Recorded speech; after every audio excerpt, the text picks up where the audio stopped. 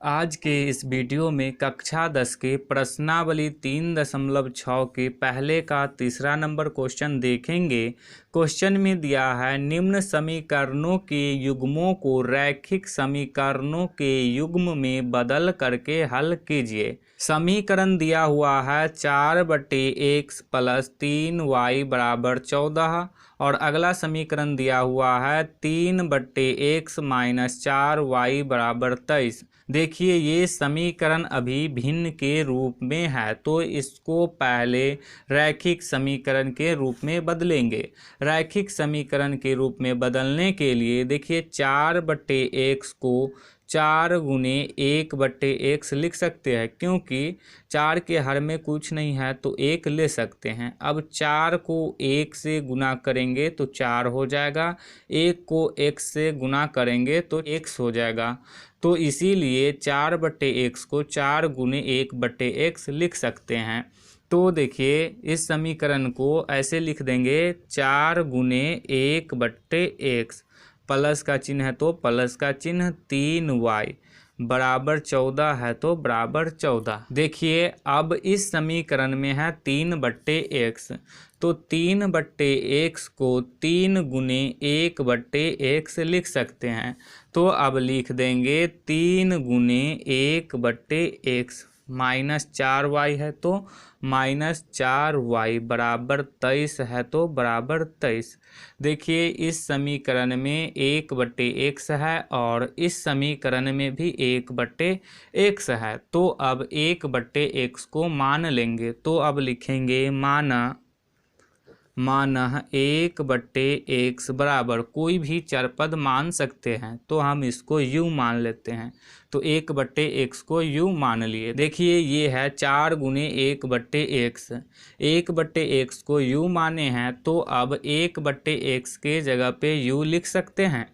तो ये हो जाएगा 4 × u, 4 को u से गुना करेंगे तो हो जाएगा 4u।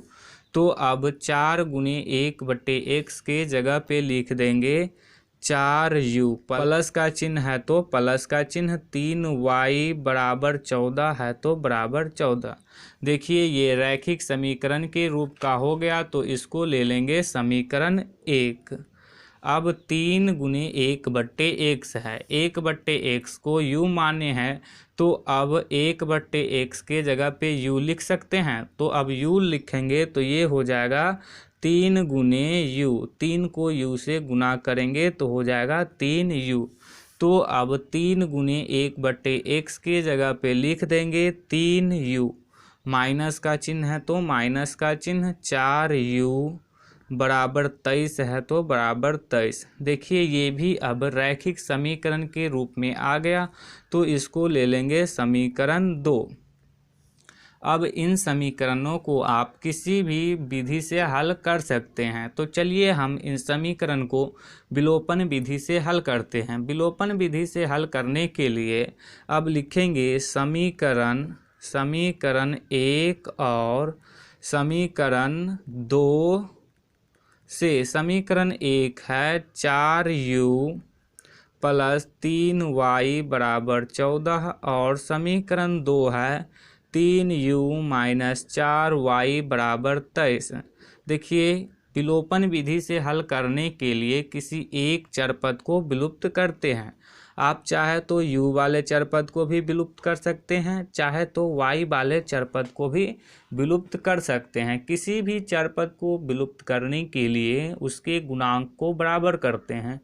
गुणांक को बराबर करने के लिए समीकरण को किसी न किसी संख्या से गुना करना पड़ता है। तो अब समझते हैं कि किस संख्या से गुना करना पड़ता है।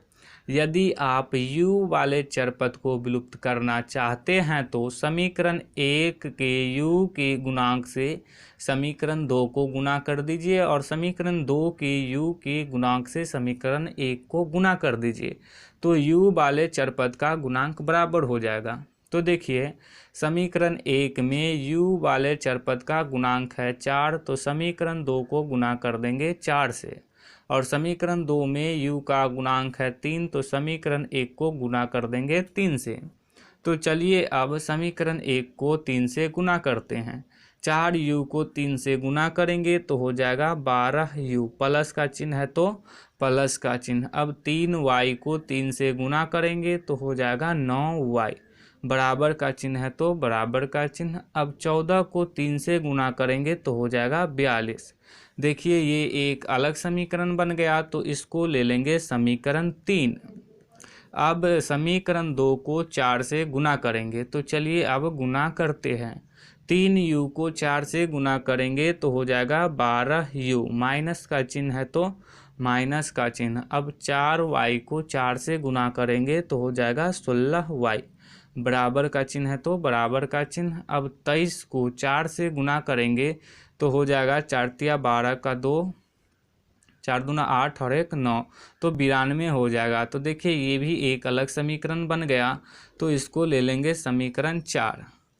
समीकरण 3 और समीकरण 4 में u वाले चरपद का गुणांक बराबर है, तो चलिए अब u वाले चरपद को विलुप्त करते हैं। विलुप्त करने के लिए जब समान चिन्ह रहता है तो घटाते हैं और असमान चिन्ह रहता है तो जोड़ते हैं। देखिए समीकरण 3 में u वाले चरपद है प्लस में और समीकरण 4 में भी u वाले चरपद है प्लस में, तो ये दोनों समान चिन्ह हो गया। तो अब समीकरण 3 में से समीकरण 4 को घटाएंगे, तो अब लिख देंगे समीकरण 3 माइनस समीकरण 4 से।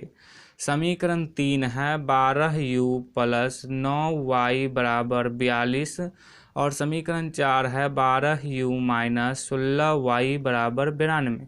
देखिए जब एक समीकरण में से दूसरे समीकरण को घटाते हैं तो चिन्ह बदल जाता है। ये प्लस में तो हो जाएगा माइनस में, ये माइनस में तो हो जाएगा प्लस में, ये प्लस में तो हो जाएगा माइनस में।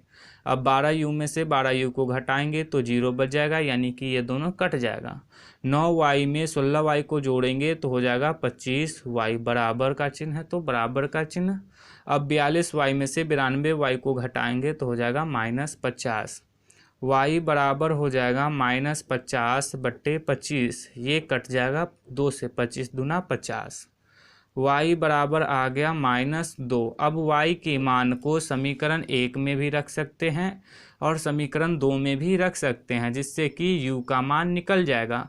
तो चलिए हम y के मान को समीकरण 1 में रखते हैं, तो इसके लिए अब लिखेंगे y का मान समीकरण 1 में रखने पर, समीकरण 1 है 4u प्लस 3y बराबर 14।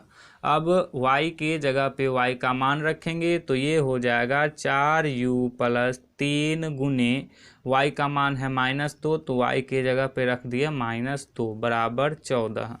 4u प्लस माइनस हो जाएगा -3 दूनी हो जाएगा 6 बराबर 14। 6 इधर है माइनस में, इधर आके हो जाएगा प्लस में। 4u बराबर हो जाएगा 14 प्लस 6, 4u बराबर 14 में 6 को जोड़ेंगे तो हो जाएगा 20। u बराबर हो जाएगा 20/4, ये कट जाएगा 5 से, तो u बराबर आ गया 5।